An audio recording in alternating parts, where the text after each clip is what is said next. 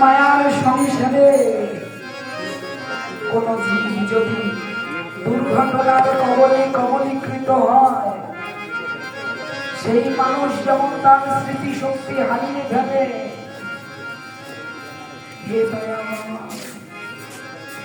আমি এই মায়ার গাড়ির সঙ্গে প্রতিনিয়ত ধাক্কা খেতে খেতে খেতে খেতে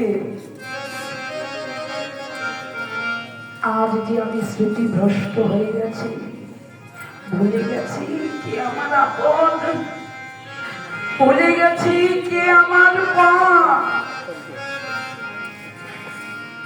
হে দয়াময়, আজ এই সাধু ভক্তের সান্নিধ্যে এসে এমন নিষ্কিঞ্চন ভক্ত বৈষ্ণবের চরণ প্রান্তে এসে আমি জানতে পেরেছি, বুঝতে পেরেছি দয়াময়,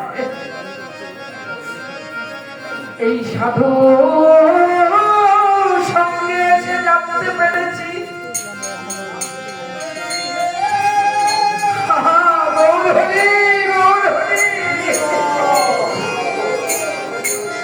জগতে আপন বলে কেউ নেই আমার,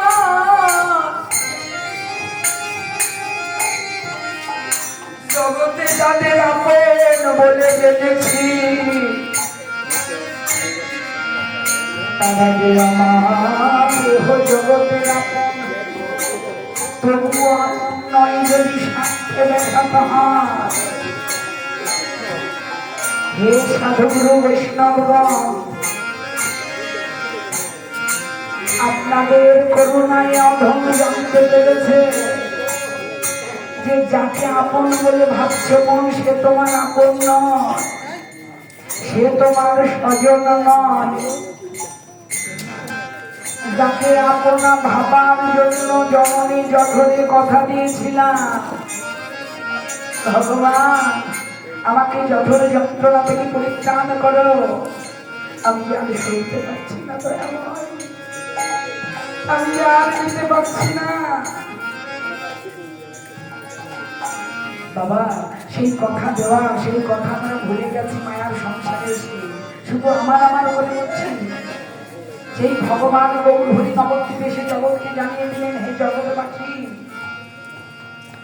এই জগতে কেউ কারো আপন হয় না, নামকে আশ্রয় করো। আপন মানে নিজের, তিনটা জিনিস জীবের নিজের। প্রমাণ কি? চৈতন্য চৈতামৃত, ভক্ত পদ ধুলিয়ান ভক্ত পদ জন।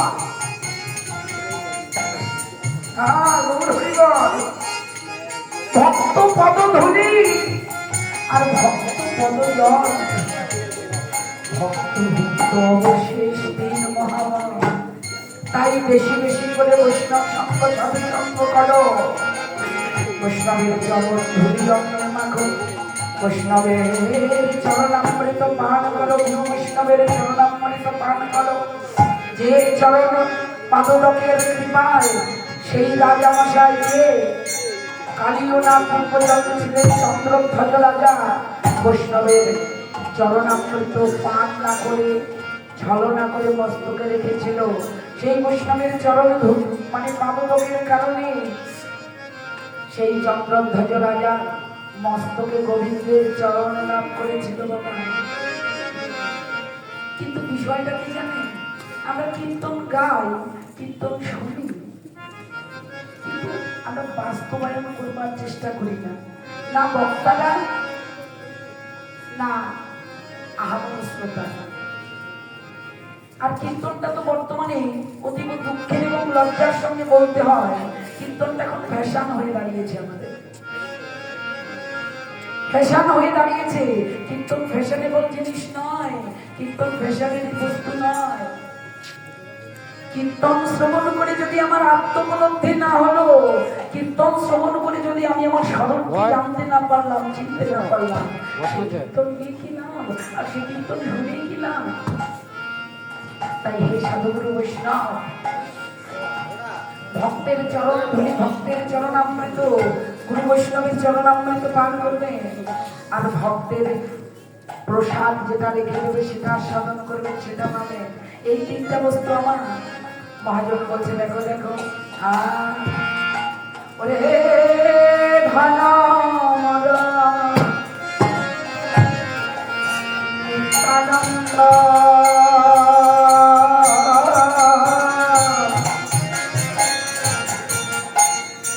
আরে কোটি মর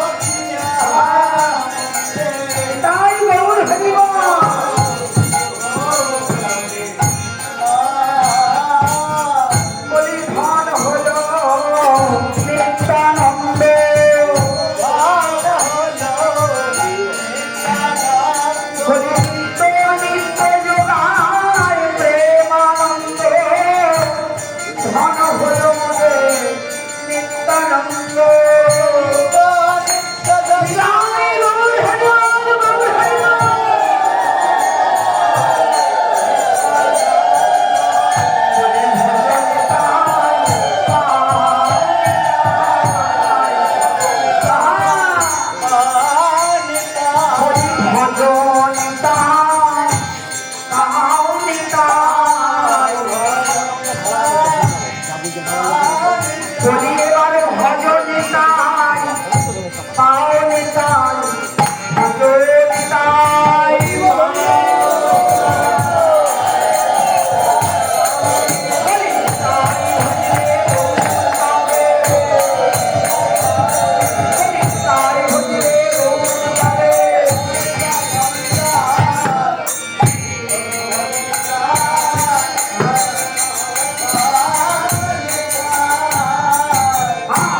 প্রাণ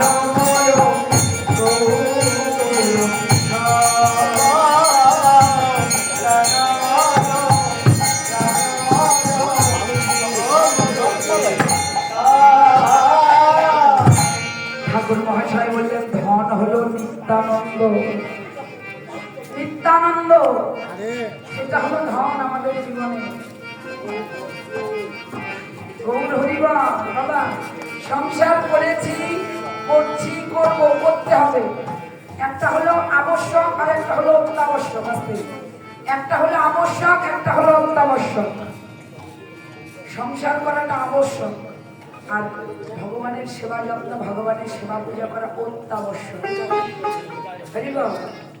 কলিকালে কলি হত জীবের যে দুর্দশা চলছে বাবা, ঘরে ঘরে, বাড়ি বাড়ি, পাড়ায় পাড়ায়, মহল্লায় মহল্লায়।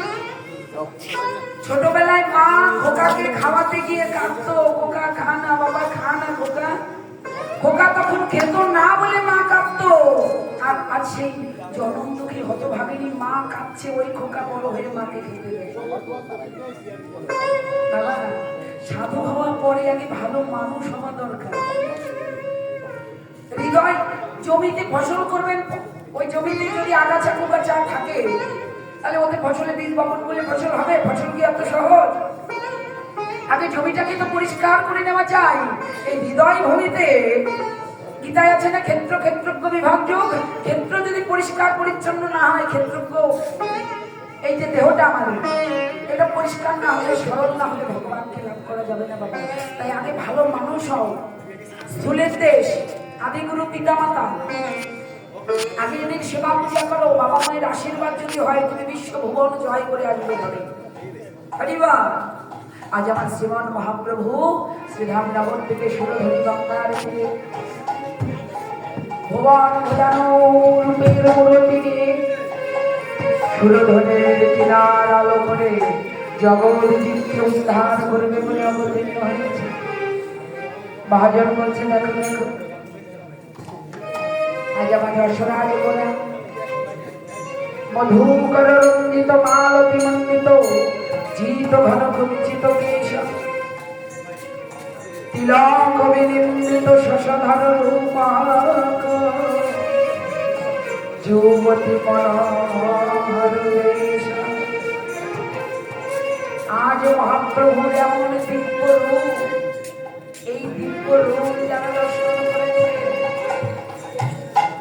আমার বিষ্ণুপ্রিয়া ঠাকুরানী মাতা বলছে, জানো ও কাঞ্চনা, আজ আমি এমন মূর্তি দর্শন করেছি। কেমন? যে রূপে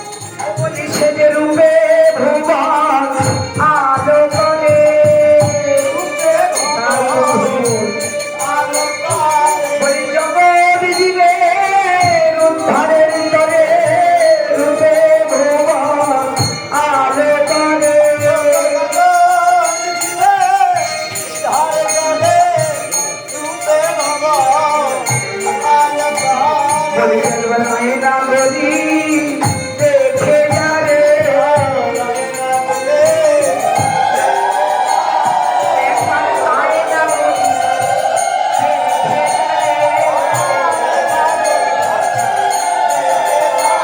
যারে দেখার লাগে হবে আশা আয়না বলি একবার দেখে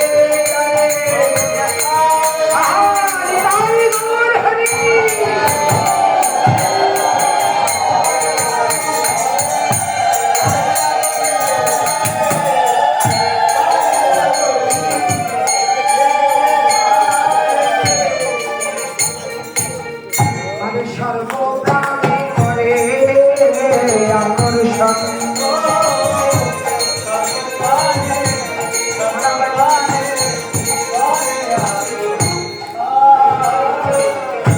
রূপের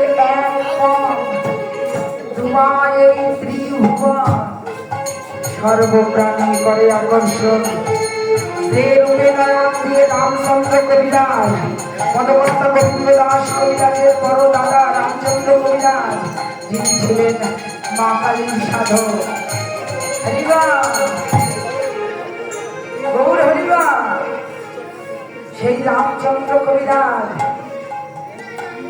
সত্য বিবাহিত নববধূকে ঘরে রেখে আমার মহাপ্রভুর কলেবর শ্রীনিবাস আচার্য পণ্ডিতের রূপে নয়ন দিয়ে অভিভূত হয়ে আপ্লুত হয়ে নবদম্পতি নববধূকে ঘরে রেখে ফুলসজ্জার রজনী দিয়ে গৌরচরণে এসে সমর্পিত হয়েছে। এই রূপে যে কি আছে একবার যার নয়নে লেগেছে। একটা আঞ্চলিক গান শুনেছিলাম ছোটবেলায়, কাঁঠালের আঠার মধ্যে যদি মাছি বা পোকামাকড় পড়ে যায় ওরা ইহকাল ইহদিনে বেরোতে পারে না। একবারে যদি বহুজন মার্জিত সুপ্রীতির ফলে কোনো সাধু কোনো ভক্ত বৈষ্ণব আমার গৌর হরির এই রূপের আঠায় এই রূপের জালে জড়িয়ে যায় সে আর এ জনন্ত নয় কোনো জনমেও বেরোতে পারে না। বিষ্ণুপ্রিয়া ঠাকুরানী কাঞ্চনার কাছে বলছে, কাঞ্চনাকে সজনী কলয় গৌরমুদার। আহা কি অপূর্ব মাধুর্যমণ্ডিত রূপ রে কাঞ্চনা। আমি এমন রূপের মূর্তি নবদ্বীপে আর কোনদিন কোথাও দর্শন করিনি। বলে সে আবার কি কথা, কেমন সে? বলছি শোন কাঞ্চনা, জানিস সবাই বলে যে স্বর্ণ হলো সবচেয়ে উজ্জ্বল ধাতু, সোনা। ও কাঞ্চনা জানিস সে যে নিন্দিত হাট কান্তি কলে ভর, সে যে সোনার উজ্জ্বলতাকে হারিয়ে দেয়। গর্বিত মার তোমার মদনদেবের সৌন্দর্যকেও যে ধিক্কার দেয়। মদনদেব অতীব সুন্দর বলে অহংকার করত। বাবা আমার গৌর হরির এত অপূর্ব রূপ যে মদনের রূপকেও চূর্ণ করে দেয়। ও কাঞ্চনা, জলের ভিতরে আমি ডুবে দেখি গোরা ত্রিভুবনময় গোরা সাধু হলো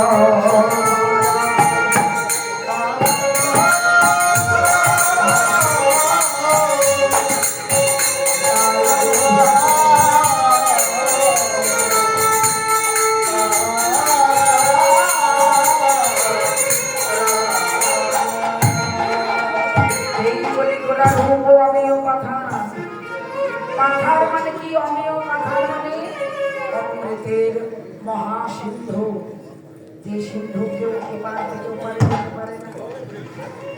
এই বলি গোরা রূপ অমীয় কথা, ডুবিল তরুণীর মন না জানি সাথা। বাসুদেব ঘোষ গাহে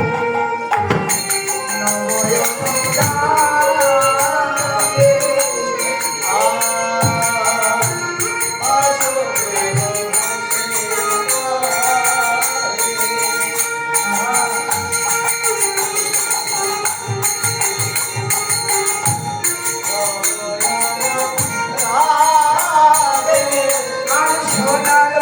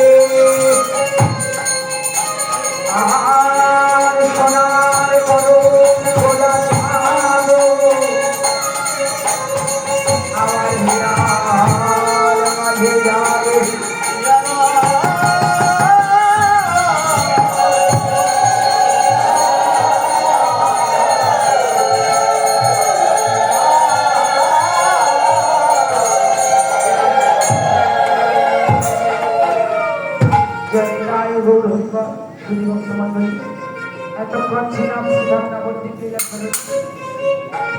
এবার কিছুকাল আমরা বৃন্দাবন লীলা একটু স্মরণ করবো, স্মরণ করবো। বৃন্দাবন লীলা গাইবার পূর্বে বৃন্দাবনেশ্বরী শ্রীমতী রাধারানীর নাম করতে হবে, তার কাছে শরণাগত হতে হবে। কেন? সবাইকে বলা লাগে দিয়েছে তালে তালে একটু সময় আপনি দক্ষিণে যাবে না ভাই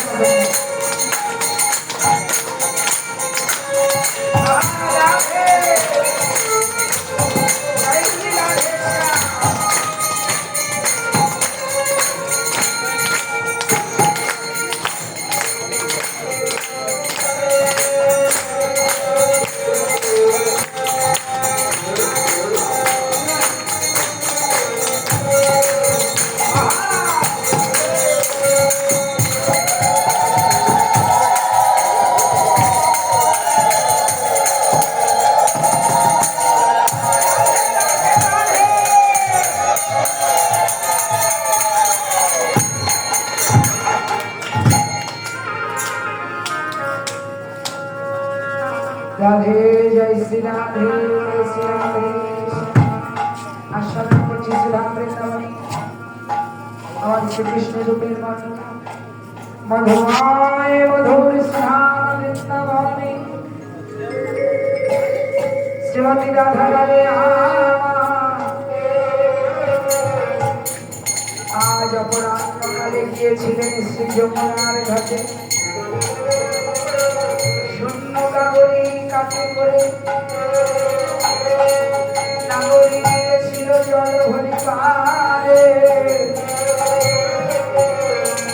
কিন্তু জল ভরিবার প্রাক্কালে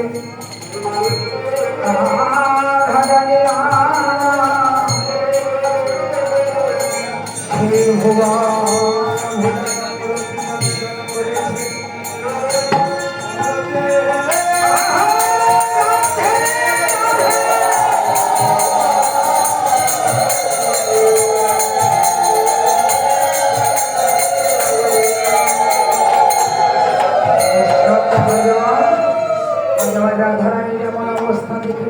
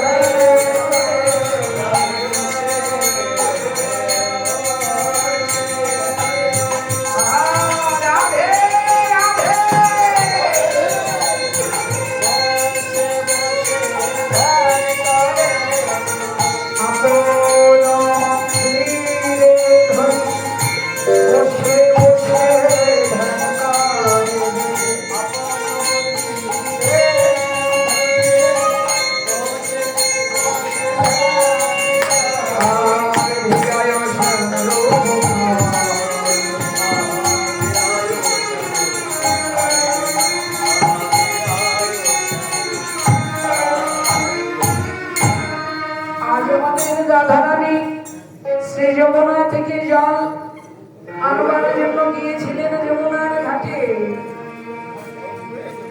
যমুনার ঘাটে গিয়ে দর্শন করলে যে কদম্ব তরুয়ামণি ভঙ্গভঙ্গি বেঠাবে আধরে পুরলিনে দাঁড়িয়ে যমুনার কোল আলো করে তিলক আকর্ষণী মোহন বেনু বাজাচ্ছে। যে রূপ দর্শন করে আমার রাধা পাগল হচ্ছে ও রাধে হেন কালে তথা ইল ললিতা, হেন কালে তথা ইল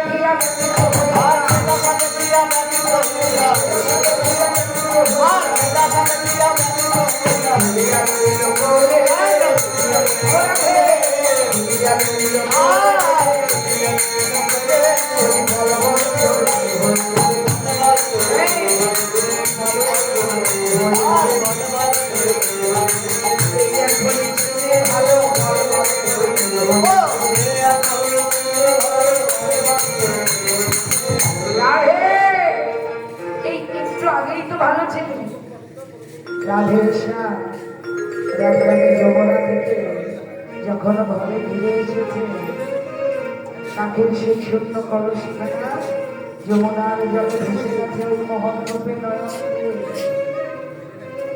রাধে রাধে শূন্য কাগরি যমুনার জলে ভাসিয়ে দিয়ে। আচ্ছা আপনারা তো অনেক কীর্তন শোনেন, অনেক ভক্ত মানুষ।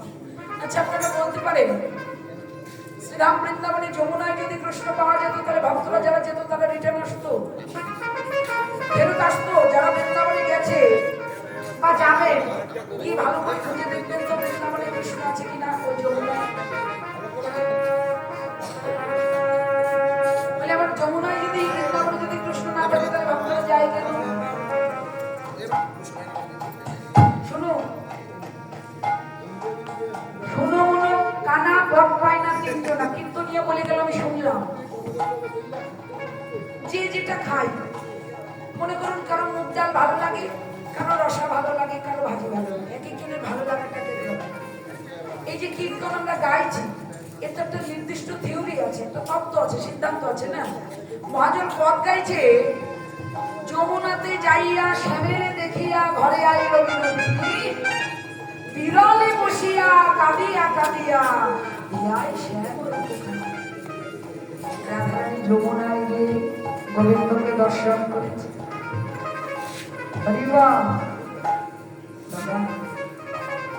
কৃষ্ণ একটা হলো তত্ত্ব আর একটা হলো তথ্য। বিশ্বকবি রবীন্দ্রনাথ ঠাকুরের সোনার তরী কাব্যের সোনার তরী কবিতা যারা পড়েছেন তারা জানেন ওটা একটা কৃষকের জীবনের চালচিত্র বর্ণনা করেছেন কবি। ওটা একটা রূপক কবিতা। বাহিরে কৃষকের জীবন দর্শন আর কৃষকের জীবনের অন্তরালে বিশ্ব জগতের জীবন দর্শন। ওই বৃন্দাবনের যমুনা হলো ওই রকম বৈরঙ্গের যমুনা বাবা। ওই যমুনায় গিয়ে যখন কৃষ্ণ খুঁজবে তখন ওই যমুনার কৃপা হলে তুমি এই যমুনায় এই যমুনার মাঝে কৃষ্ণকে খুঁজতে পারবে। আশ্রয় করিয়া ভজে তারে কৃষ্ণ নাহে ফেলে আর সব মনে রক্ষা। রাধারানী সখীকে সঙ্গে নিয়ে ললিতা সখীরা ঘরে চলেছে। তো কি হয়েছে? একটু আগেই তো ভালো ছিলি, যমুনায় জল আনতে গেলি, নেচে নেচে হাসতে হাসতে কত আনন্দে গেলি, এসে এমন করে কাঁদছিস কেন? কি হয়েছে তো? ও রাধে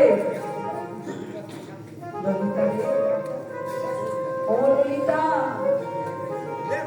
জানিস আমি নিতুই নিতুই ওই ঘাটে যাই। আমি প্রত্যেক দিন ওই একই ঘাটে যাই। আমি কখনোই এমন দেখিনি ললিতা রে। আজ আমি যমুনার ঘাটে এমন এক যে দিব্য মূরতি দর্শন করেছি, যে রূপ নয়নে লেগেছে,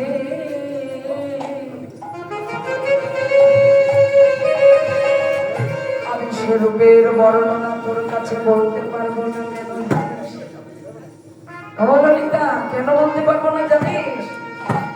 দেখেছে আমার নয়ন আর বলবে আমার বদন, একের দেখার আরেকজনের বলা কি এখন? আমার বাড়ি ঘর কেমন আপনি বলতে পারবেন? আপনি দেখেননি, আপনি যদি দেখেন তাহলে বলতে পারবেন। আপনার বাড়ি ঘর কেমন আমি যদি না দেখি কেমন করে বলবো বলুন? ললিতা রে, আমার নয়ন দেখেছে, কিন্তু আমার নয়নের কোনো বাক শক্তি নাই। আমার নয়ন দর্শন করতে পারে কিন্তু কথা বলতে পারে না, আর আমার বদন কথা বলতে পারে কিন্তু দর্শন করতে পারে না। ওরে ও ললিতা রে, আমার মন কি বলছে জানিস? আমি কেন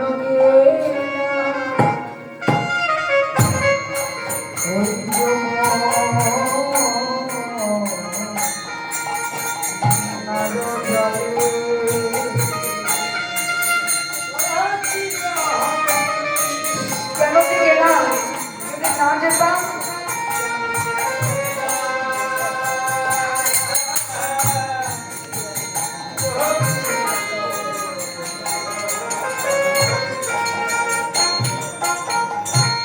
দেখলাম নন্দের হরি হরি বল, হরি হরি বল।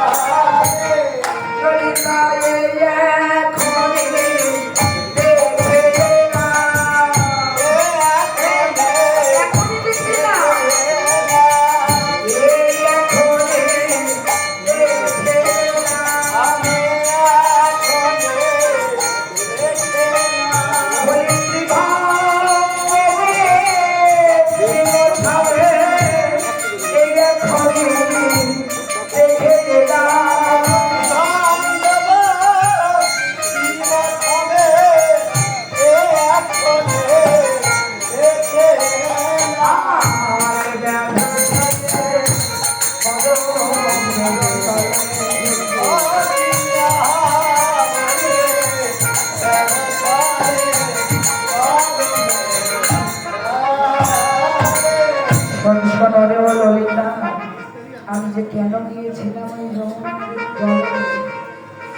ওই যমুনার ঘাটে, যদি না যেতাম তাহলে আজ আমার এমন করে কাঁদতে হতো না।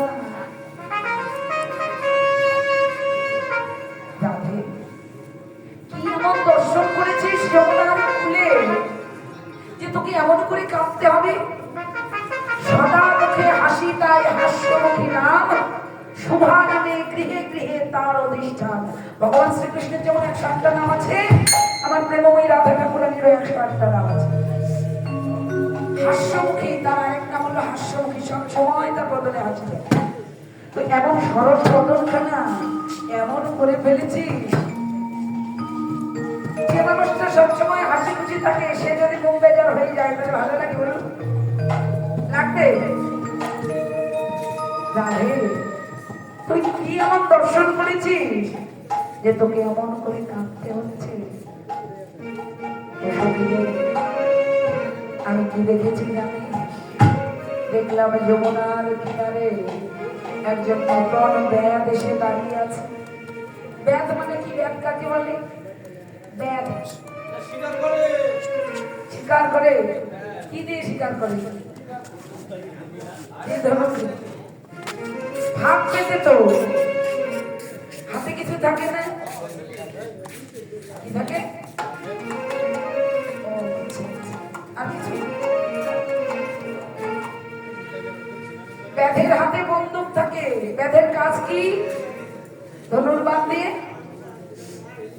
শিকার করে। আচ্ছা, কিন্তু রাধে, তুই যার কথা বলছিস, আজকেই যাকে দর্শন করেছিস যমুনার ঘাটে, সে আমার কোন ব্যাগ, কেমন ব্যাগ? আমি তো এর কথা আগে কখনো শুনিনি। ব্যাগের কথা আমি বৃন্দাবনে আর কখনো কোনো বাবা। এখানে একটা কথা কি জানেন? এই যে এই যে ভগবানের রূপের বর্ণনা, রূপটা কেমন? কেউ বলছে কি কালো বাবা, তুমি একটু ফর্সা হতে পারেনি আমার রাধারানীর মতো? আবার এরকম দাঁড়ানোর কি হয়েছে মাথা? কেউ বলছে হা হা প্রভু এসো না গো। যার আশ্রয় যেমন তার যে আমারে ভজে জয়সে, আমি তারে ভজি জয়সে। মহাজন কি বলছে? বলে জানো, স্ফটিক মণি যদি সোনার বাটিতে রাখা হয় তাহলে স্বর্ণালী জ্যোতি ছড়ায়। কি ঠিক বলছি তো? স্বর্ণালী জ্যোতি ছড়ায়। একই স্ফটিক মণি যদি একটা রূপোর বাটিতে রাখা হয় কি হবে? জ্যোতি কি ছড়াবে? কালো না নীল? শুনছেন না বলছেন? কষ্ট হচ্ছে করে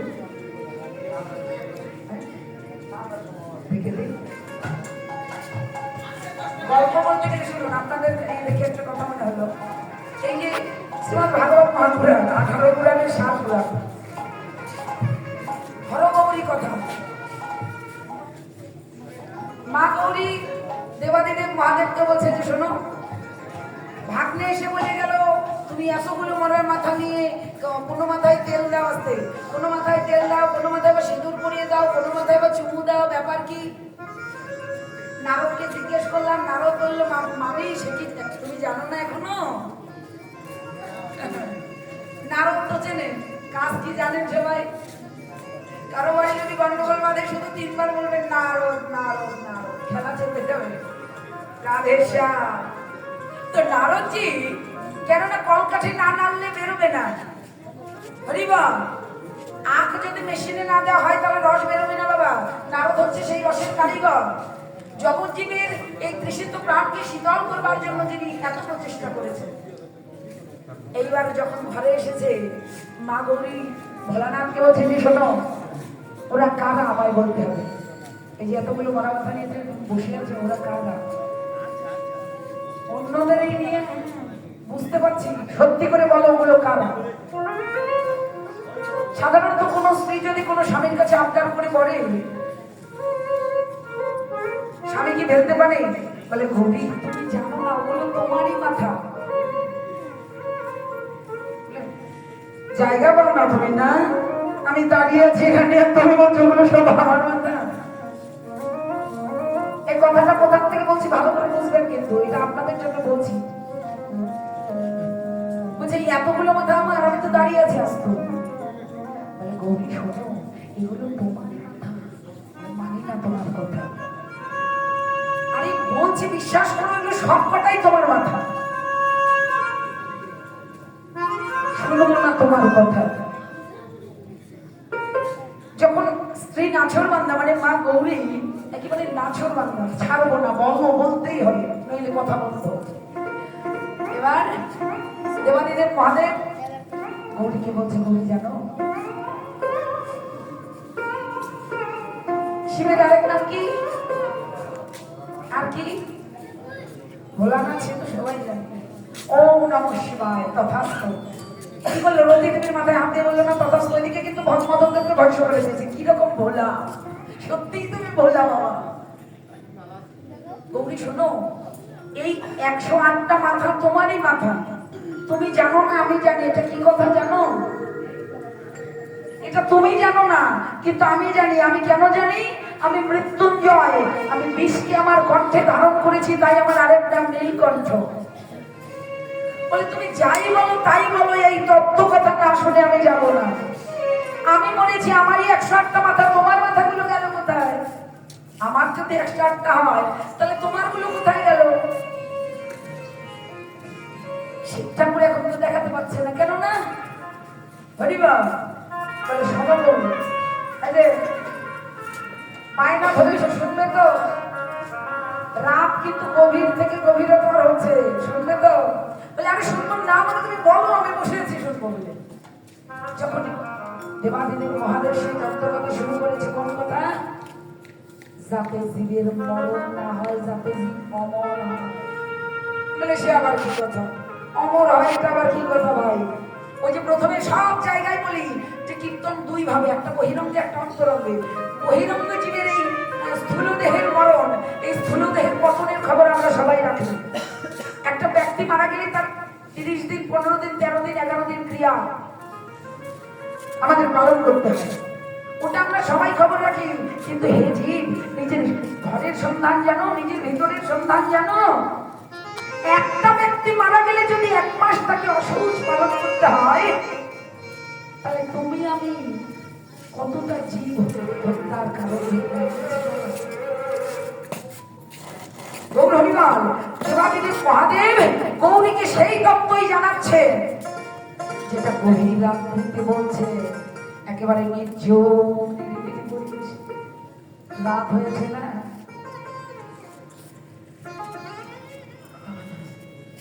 ভোলানাথ বলছে গৌরী কেবল সেটা দিচ্ছে, মানে ঘুম পেয়েছে। কিছুক্ষণের মধ্যেই বাবা ভোলানাথ ওনার মতো উনি বলে যাচ্ছে, ভোলা রে ভোলা তো খেয়াল করছে না যে সে শুনছে, বলছে তো বলেই যাচ্ছে দেবাদিদেব। এদিকে মা গৌরী ঘুমিয়ে পড়েছেন। এই সুযোগে রাধারানীর সোম পাখি নামে একটা পাখি ছিল, সেই পাখি খাঁচা থেকে ছেড়ে দিয়েছে রাধারানী। সেই পাখি এসে গাছের ডালে বসে বসে ভগবান শিবের সেই তত্ত্ব কথাগুলো শুনছিলেন। কথা বলতে বলতে যখন ভগবান দেবাদিদেব মহাদেব বলছে, হা কেননা এই তোমাকে যে বলেছিলাম, এই যে কথা পয়েন্ট এলাম, কীর্তন গাইছে না ওগুলো দিচ্ছ না ধ্বনি দিচ্ছ, মাঝে মাঝে এ করলে হবে না। গৌরী, ও গৌরী, আরে আরে আরে তুমি কি ঘুমিয়ে পড়লে নাকি? ঘুমের ঘরে ওই যে চেক করেছে, শুনবে, শুনতেই হবে, ঘুমাই যাচ্ছে আমাদের বলে যাও। ওই তত্ত্ব কথা শুনেছিল সেই সুখ পাখি। যখন দেবাদিদেব জানতে পারলো যে সুখ পাখি সেই কথা শুনেছে, একেবারে হাতে ডমরু নিয়ে, ত্রিশূল নিয়ে সুখ পাখিকে তাড়া করেছে। কেন? এই যে বিগুরু কথা, এ কথা সবার সব জায়গায় বলা যায় না। এই সুখ পাখি এই মহাদেবের সেই তত্ত্ব কথা শুনে পরবর্তীতে সুখদেব গোস্বামী রূপে আবির্ভূত হয়েছে, নবদ্বীপ হয়েছে। সেই গোপন কথা 18 পুরাণের 7 পুরাণ হলো ভাগবত মহাপুরাণ। রাধেশা তা কীর্তন গাইছি, তাকে কীর্তনিয়া ফিরিয়ে এসেছে বলে এনাচ্ছি কি ভালো লাগাতে বলবে না, চলে যাবো রাধেশা। আজ আমার শ্রীমতী রাধা ঠাকুরানী সখীদের কাছে বলছে, ওরে ললিতা, ওরে বিশাখা, আমি কেন গেলাম যমুনার ঘাটে? দেখলাম নন্দের ধুলার চাঁদ পাতিয়া রূপের ভাত, ব্যাগ ছলে কদম্বের তলে। দেখলাম এক অভিনব ব্যাগ দাঁড়িয়ে আছে যমুনার কিনারে। 10:30 হ্যাঁ, দেখলাম নন্দের ধুলার চাঁদ পাতিয়া রূপের ভাত, ব্যাগ ছলে কদম্বের তলে। ললিতা, দেখলাম দিয়া হাস্য সুধাচার অঙ্গ ছটা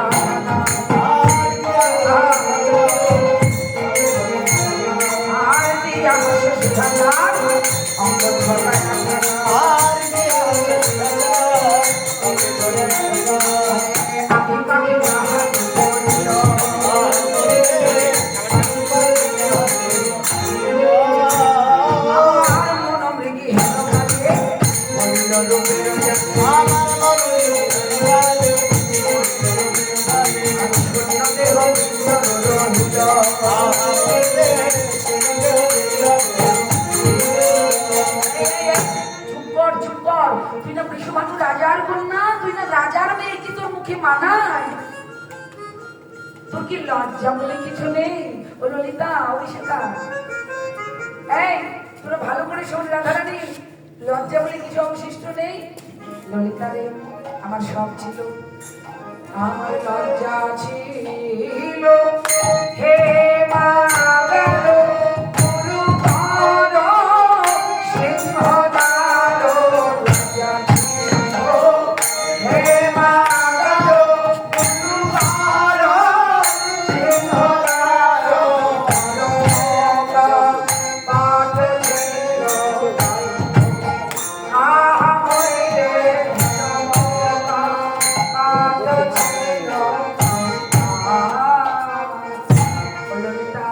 আমার লজ্জা ছিল হেমাগার গুরু গরম সিংহদার, ধর্ম কপাট ছিল তাই বংশী রবে বলিয়ে নমস্কারে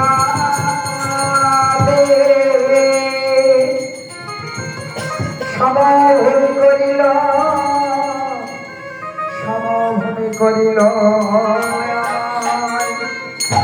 ধৈর্য সারে মন্ত হাতি বাঁধা ছিল দিবারাত্রি, চিত্ত করিল কটাক্ষ অঙ্কুশে, দম্ভের শিকলি প্রাচীন পালাইয়া গেল ছুটি, না পাইল তাহার উদ্দেশ্যে।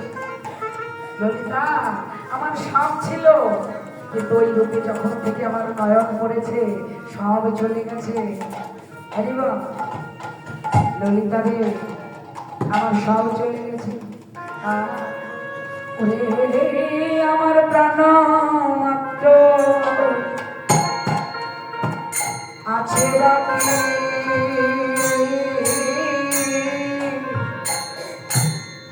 তাও যায় আমার প্রাণ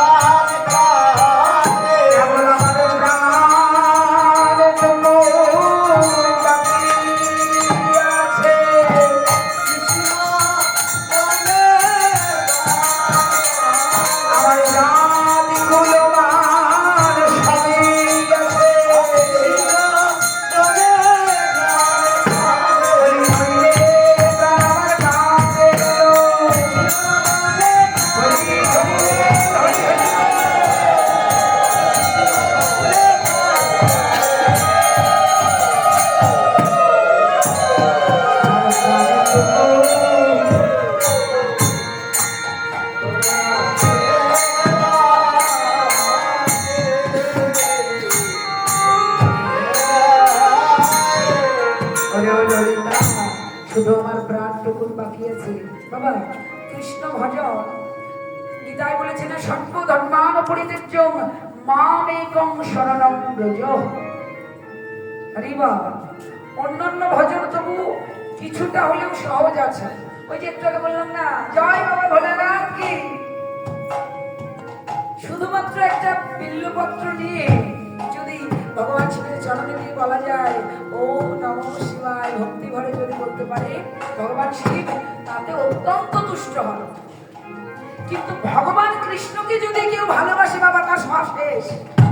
তার দুই পাশে দাবানল, পশ্চাতে অগাধ জল, বলে সামনে যে পালিয়ে বেরিয়ে যাব। দুই পাশে দাবানল, দাউ দাউ করে আগুন জ্বলছে, পশ্চাতে অগাধ জল, সামনে ব্যাগ ধনুর্বাণ হাতে দাঁড়িয়ে আছে।